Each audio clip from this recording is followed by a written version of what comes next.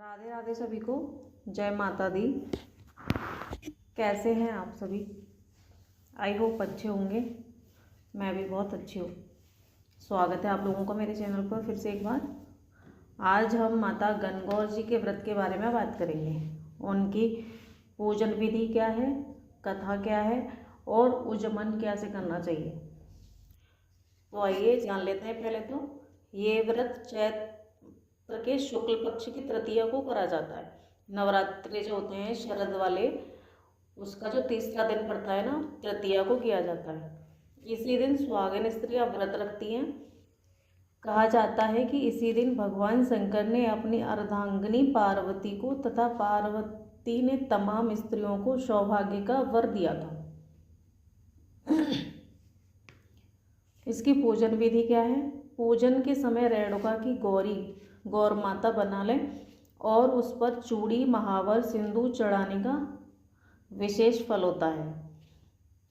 चंदन, अक्षत, धूप, दीप नैवेद्य से पूजा करें। सुहागन स्त्रियां सुहाग चढ़ावें तथा माता जी को भोग लगावें। ये नियम है। ये व्रत रखने वाली सभी स्त्रियों को गौर पर चढ़े हुए सिंदूर को अपनी मांग में जरूर लगाना चाहिए। इससे सुहाग बना रहता है। अब इसकी कथा पढ़ते हैं। एक समय भगवान शंकर नारद एवं पार्वती को साथ लेकर पृथ्वी पर चल दिए। भ्रमण करते हुए तीनों जब एक गांव में पहुंचे, उसी दिन चैत्र शुक्ल तृतीया थी। गांव के लोगों को जब शंकर जी की सूचना मिली तो धनी स्त्रियां तो उनके पूजनार्थ नाना प्रकार के रुचिकर भोजन बनाने में लग गईं।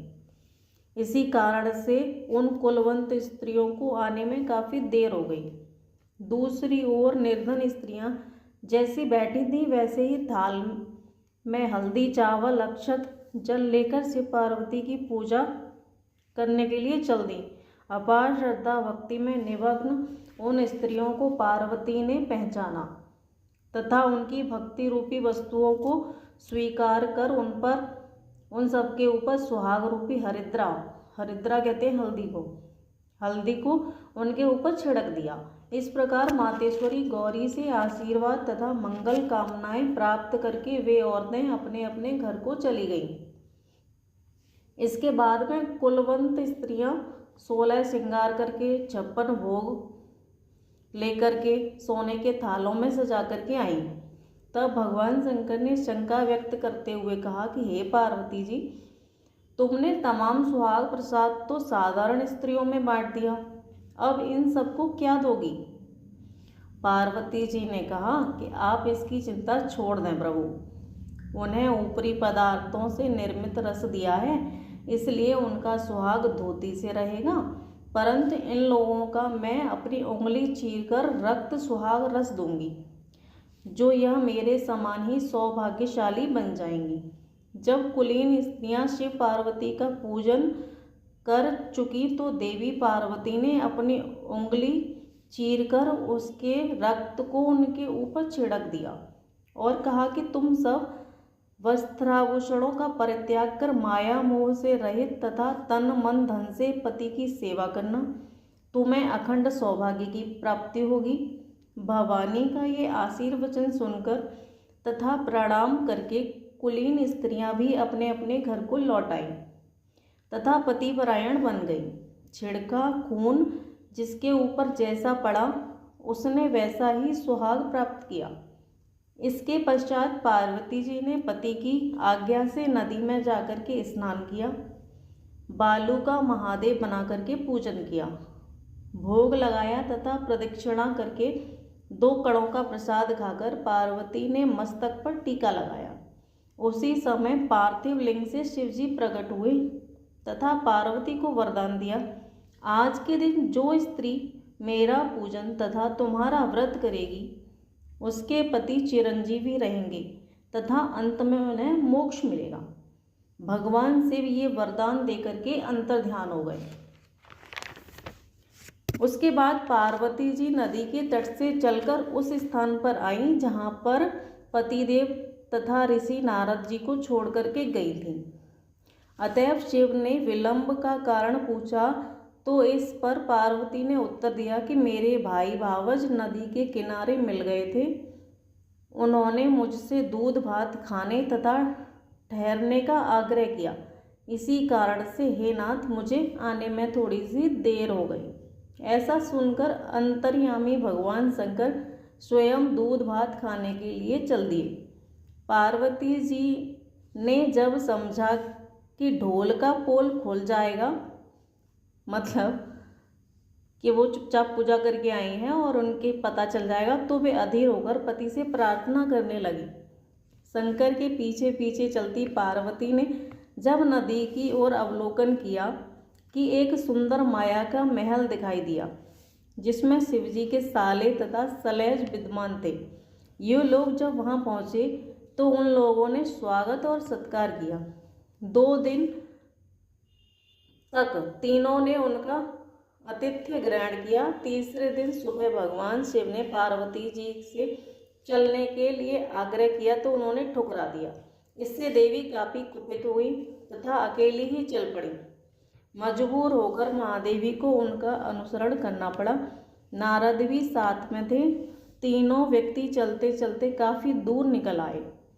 सायंकाल होने पर शिवजी ने बहाना किया कि मैं तो तुम्हारे मायके में अपनी माला भूल आया। इस पर पार्वती माला लाने को तैयार हुई, किंतु शिव जी की आज्ञा से न जा सकी। नारद जी वहां गए। जाकर देखते हैं कि कहीं महल का नामो निशान तक नहीं है, न ही कोई माला है, वरन घोर अंधकार में नृशंस हिंसक पशु विचरण कर रहे हैं। क्योंकि वो महल शंकर जी ने ही बनाया था, एक माया जाल था। इस अंधकार का पूर्ण डरावने वातावरण को देखकर नारद बहुत आश्चर्यचकित हुए और अचानक से वहां बिजली के चमकने से वृक्ष पर टंगी हुई माला दिखाई दी।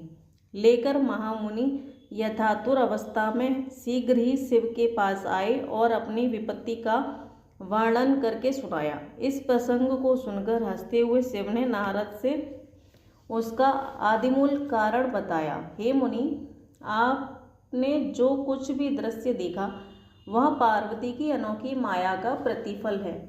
वे अपने पार्थिव पूजन की बात को आपसे गुप्त रखना चाहती थी, इसलिए उन्होंने झूठा बहाना बनाया था।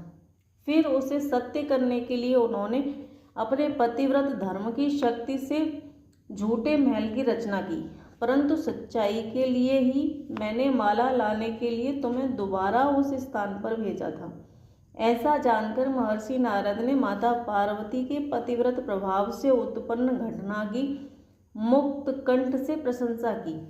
जहाँ तक उनके द्वारा पूजन की बात को छिपाने का सवाल है, वो भी उचित ही जान पड़ता है, क्योंकि पूजा छिपाकर ही करनी चाहिए।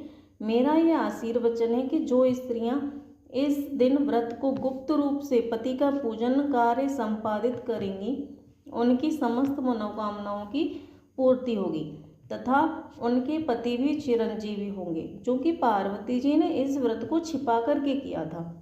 उसी परंपरा के अनुसार आज भी ये पूजन के अवसर पर पुरुष उपस्थित नहीं रहते। इसका आयोजन ब्यावली लड़की यानी कि जिसकी नई नई शादी हुई है, वो पहली बार गणगौर का व्रत जब रखती है तो उसको उजमन करना चाहिए। इस गणगौर की पूजा करते समय उसको 8 मीठी व 8 फीकी मीठी गणगौर को पूरी चढ़ाएं। 16 जगह 8 मीठी व 8 फीकी मीठी पर तिल व रुपया रख कर के हाथ फेर कर वायना निकाल करके सासू माँ को पैर छू करके देना चाहिए। बोलो जय माता दी। राधे राधे सभी को। अगर आपको मेरी ये वीडियो पसंद आई हो तो मेरे चैनल को सब्सक्राइब करें, मेरे वीडियो को लाइक और शेयर अवश्य करें। धन्यवाद।